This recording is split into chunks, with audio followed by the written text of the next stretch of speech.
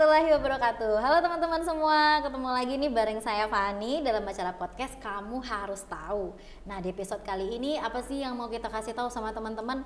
Kita mau bahas tentang salah satu jurusan di Institut Agama Islam Negeri Batu Sangkar atau IAIN Batu Sangkar, yaitu jurusan Pemikiran Politik Islam. Menarik nih teman-teman ya.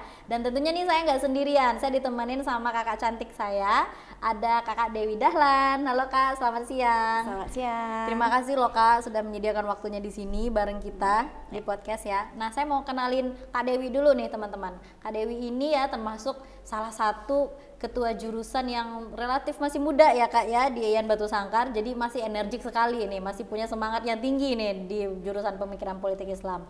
Dan beliau di sini selaku ketua jurusan Pemikiran Politik Islam. Nah nih kak, kalau kita bicara tentang pemikiran politik Islam gitu ya kak ya, ini kan berarti semacam jurusan politik juga ya, kayak jurusan politik kalau di kuliah umum ya. Ya, betul. Nah, apa gitu Kak? Apa yang bedain jurusan pemikiran politik Islam itu khususnya IAIN Batu Sangkar dengan jurusan politik lain, politik yang lebih umum di kampus-kampus lain?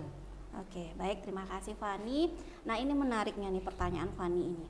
Apa sih yang membedakan antara jurusan ilmu politik murni dengan pemikiran politik Islam ini ya? Kalau yang sering kita dengar itu kan ilmu politik ya. Iya, benar-benar. Iya. Nah, ini jurusan ini merupakan jurusan satu-satunya di Sumatera Barat dan ada 11 di Indonesia. Oh, jadi cuma ada 11 nih di Indonesia, Ya, betul, pemikiran ada politik 11 Islam. di Indonesia. Dan kita satu-satunya di Sumatera Barat. Satu-satunya di Sumatera Barat. Benar-benar. Kalau untuk kampus negeri itu kan ada kita ilmu politik murni ya. Nah, ini kita mengintegrasikan antara nilai-nilai keislaman dan nilai-nilai politik tersebut. Nah, sini untuk pengintegrasiannya itu kita lihat dari segi mata kuliah kita ya. Ada mata kuliah yang murni politik, ada mata kuliah keislaman, dan ada yang mengintegrasikan kedua hal tersebut. Jadi ada mata kuliah politik Islam dan ada pemikiran politik Islam itu sendiri. Nah, bentar nih kak, ini menarik nih kak, mau ditanyain lagi. Gimana mengintegrasikan nilai-nilai Islam dalam kajian politik itu contohnya seperti apa kak? Oke, nih menarik ya. IAIN Batu Sangkar itu berada di Sumatera Barat, di Kabupaten Tanah Datar, dan kita di sini adalah Minangkabau. Nah, Minangkabau punya sistem perpolitikan kita sudah tua ya kalau di Iya. Minangkabau ya. Nah, di Minangkabau ini kita punya tokoh-tokoh politik loh, seperti Sultan Syahrir, Buya Hamka. Nah, ini merupakan hal yang menarik. Kenapa kita harus mengkaji pemikiran politik Islam ini? Ada politik, ada Islamnya. Nah, Minangkabau ini berdasarkan falsafah adat Basandi Syara dan Syara Basandi Kitabullah. Iya benar. Jadi ini menariknya itu loh kak. Jadi kayak kita itu mengusung hal-hal yang lokal gitu ya dalam satu sistem pemerintahan yang itu secara Islam juga dikaji gitu ya. Minangkabau ini kan berfalsafahkan kepada keislaman. Nah, kini kita mengintegrasikan antara nilai politik dan nilai-nilai keislaman itu sehingga kita ada jurusan pemikiran politik Islam ini, khususnya di Kabupaten Tanah Datar yang merupakan kota budaya. Betul-betul sekali. Nah, ini nih kak, kalau nanti mahasiswa itu lulus dari jurusan pemikiran politik Islam itu ya, kira-kira mereka jadi apa gitu kak setelah lulus? Prospek kerjanya seperti apa? Ya, oke. Ini sering ditanyakan oleh klise sekali nih sebenarnya. Anaknya kuliah di sana mau jadi apa nanti, kan bingung ya, ngapain kuliah di sana. Nah, ini untuk jurusan pemikiran politik Islam itu kita bisa menjadi praktisi pemilu, kemudian bisa menjadi praktisi pemerintah, birokrat, dan juga bisa bekerja di bidang jurnalis juga bisa. Oh, bisa di bidang jurnalis juga ya? Bisa di LSM, bisa di NGO juga, dan bisa di bidang akademik juga. Jadi itu kayak terbuka lebar sebenarnya ya kak, ada banyak sekali prospek kerjanya ya. Iya, dan yang pasti di bidang pemerintahan itu akan mudah sekali kita masuk, karena kan kita mempelajari hal-hal yang berhubungan dengan pemerintahan, dengan politik, dan kita berfalsafahkan kepada keislaman itu.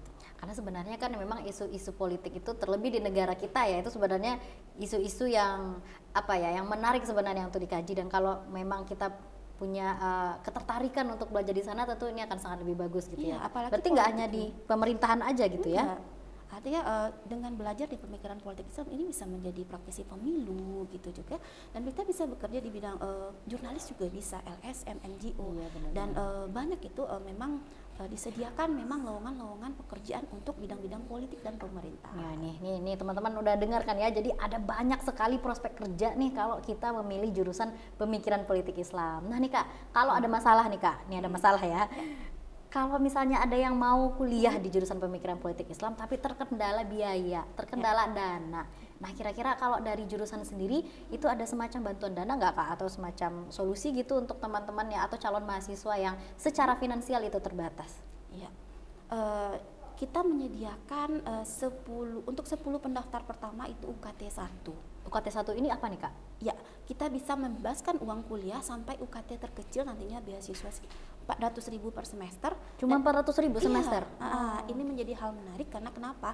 Karena kita tidak memaksakan orang untuk membayar uang kuliah tinggi gitu. Jadi 10 orang pendaftar pertama itu bisa mendapatkan UKT 1 Terus tersebut. ini harus dicatat nih ya teman-teman, 10 pendaftar pertama di jurusan Pemikiran Politik Islam YAIN Batu Sangkar itu mendapatkan UKT 1, beasiswa UKT 1 ya. Gitu. Jadi nggak ada lagi tuh Kak orang yang kalau mau kuliah tapi terhambat biaya karena mereka sudah ada solusi gitu ya dari kampus ya Kak ya. Oke, ini bagus nih. Untuk closing statement nih Kak, kenapa kita harus kuliah di jurusan Pemikiran Politik Islam khususnya YAIN Batu Sangkar? Ya, betul.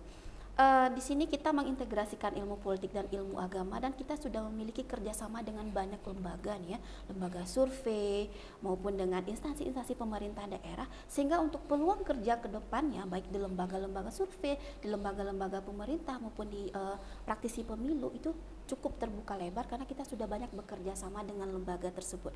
Dan yang pasti sampai saat ini kita sudah melakukan kerjasama internasional dan kita memiliki 2 orang mahasiswa berasal dari luar negeri. Oh, ada mahasiswa dari luar negeri di jurusan Pemikiran Politik Islam? Ya, dan yang terakhir kita melakukan magang secara internasional, langsung anak tersebut magang di Thailand. Oh, ada yang magang di Thailand berarti sekarang ya? Iya, Wah, ini bagus, berarti skalanya itu sudah go internasional ya Kak ya, di Pemikiran Politik Islam. Kemarin kayaknya baru akreditasi ya Kak? Iya, betul. Ya, udah keluar Kak hasilnya? Alhamdulillah sudah keluar, kita peringkat baik di sana. Alhamdulillah. Jadi ini kuliah di jurusan Pemikiran Politik Islam nih teman-teman, sudah terakreditasi baik ya. Jadi ada banyak sekali benefit yang bisa kita dapatkan kalau kita kuliah di jurusan Pemikiran Politik Islam. Mulai dari tadi integrasi ilmu Islam gitu ya Kak dengan politik, kemudian juga banyak sekali penawaran beasiswa, dan terakhir peluang kerja yang terbuka banyak sekali ya teman-teman ya. Nah Kak Dewi, terima kasih ya Kak sudah bergabung dengan podcast kita. Terima kasih sudah meluangkan waktunya di sini. Nah teman-teman, kalau misalnya ada pertanyaan untuk jurusan Pemikiran Politik Islam bisa bertanya di kolom komentar atau nanti teman-teman bisa tanya langsung di prodi, boleh Kak ya? Nanti Boleh kalau sekali. tanya-tanya di media sosial kita juga banyak ya Kak ya. Banyak. Nah, bisa ditanya di sana. Oke ya teman-teman semua, sampai ketemu di episode selanjutnya dan terima kasih sudah menonton podcast kita di kali ini. Terima kasih. Assalamualaikum warahmatullahi wabarakatuh. Kak.